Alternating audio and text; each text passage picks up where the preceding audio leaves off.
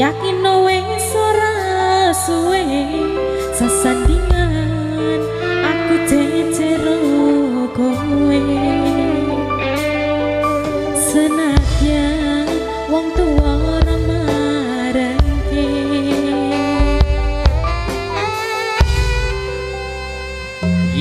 ombak gede tak seberangi banjir bandeng tak tataki banteng aku kowe iso dadi siji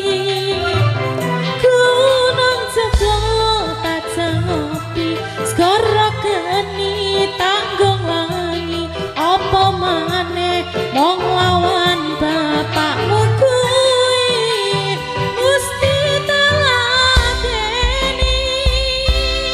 ngono ya ora kok jak rabi pisan ngono ya langsung diladeni kok iya diladeni